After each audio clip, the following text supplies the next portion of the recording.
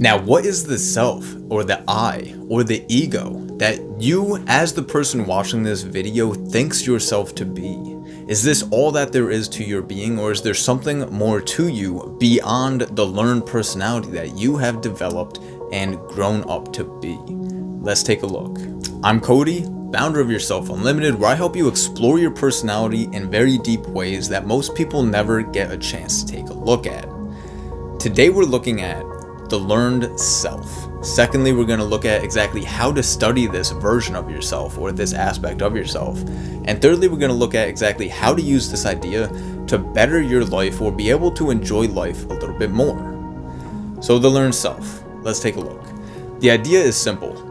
As a social creature, as a human being, we are like a little sponge. And as you grow up, you're soaking up all these ideas, all these different ways of seeing life, all these different deep-seated emotional ideas as to the foundational underpinnings of how you think about your reality, how you experience social life, how you experience every aspect of life is all rooted in what we learn. So this is why I call your personality the learned self. Other people and spiritual techniques and whatnot might call it the ego.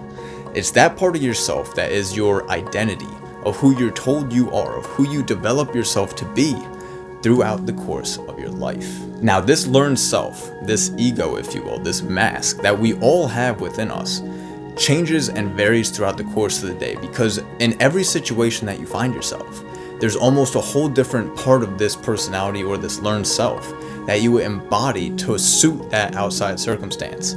So if you're in front of a teacher, you're going to be a different version or a different part of your learned self, of your personality. Vice versa, if you're with a friend relaxing, you're going to be a very much more fun and outgoing version of yourself than you would be as you have to talk to a teacher or the class for the first time and you're shy. So we all have these different learned selves. We all have these different parts of us, of our personality, built to be able to interact with the outside world. Now, a lot of people see this learned self or see this ego or personality as you. We usually sit here and that learned self or that ego sits here and says, I am the one watching this video. I am the one talking. But when you learn about the deeper down aspects of your psychological nature and your unconscious and your subconscious mind and how everything works in conjunction, this learned self, this personality, this ego, this thing that you say is you, is only a very small sliver of yourself. It's as if you've only ever lived your life being in one room connected to a whole mansion. It's a very small sliver of yourself, but in our modern world, especially now due to technology, we are forced into this one room of our whole being, this learned self, and we experience life through this self almost entirely, and we almost forgive our ability to experience any of the deeper levels of ourself. Now, the second topic here is how to study this self, because right now you might believe that the only thing that you are is this learned self, is this ego. And it's very simple. When you're watching something or when you go to look at something,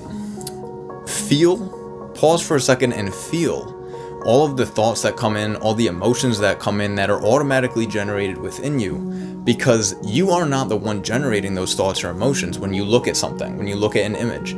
It's actually all of the ingrown or innate beliefs that have been ingrained in your personality or in that ego that causes all of those feelings, that causes all of those thoughts. So, for instance, if you have somebody that has their eyes shut, they open their eyes and you hold up a poster of their favorite brand in front of them, immediately their brain, their personality, their ego will start to decode exactly what that is.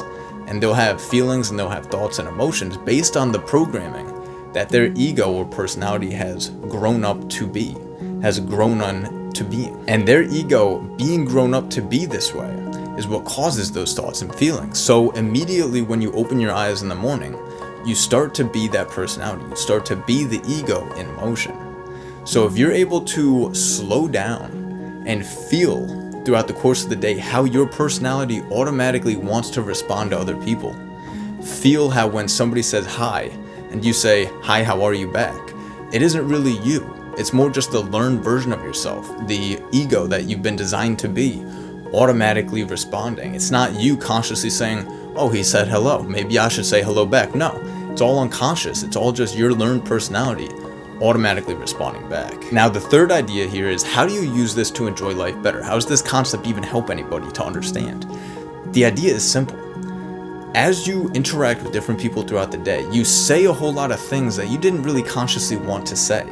If somebody says something to you and you said something back, and then later on you think, wow, that was stupid to say, it's because it wasn't you saying it. It was literally your learned personality, or your ego, if you will, just automatically responding the way it's been programmed to say something back. So as you see these different things happen, as you see yourself interacting in ways that you weren't consciously participating in, but it was more just your personality automatically responding or talking back or acting in a certain way, as you start to slow down and really investigate within yourself where all of these different patterns and actions and unconscious actions lie, that's when you're able to slow yourself down and take back more control over the way that you're responding to people, over the way that you're interpreting what people say. All the time in life, somebody says something to you and you might interpret it, or your learned personality might interpret it in a negative way, and then you get upset, and then they say, no, slow down. I didn't mean it that way. You just took it that way. And again, that's not your fault. It's your learned personality.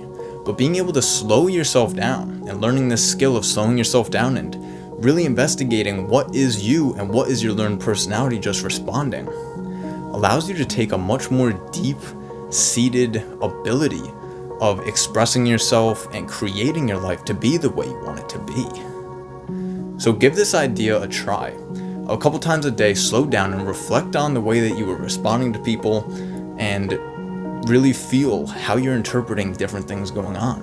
Try and feel your automatic responses that your personality has been designed to do automatically, and try and catch your learned personality in the act of automatically giving meaning to things and responding to others. And as you're able to slow that down, really get a grip on whether you want to do those things, you want to respond in those ways, or whether that's just the way your learned personality has been taught to respond to the outside world.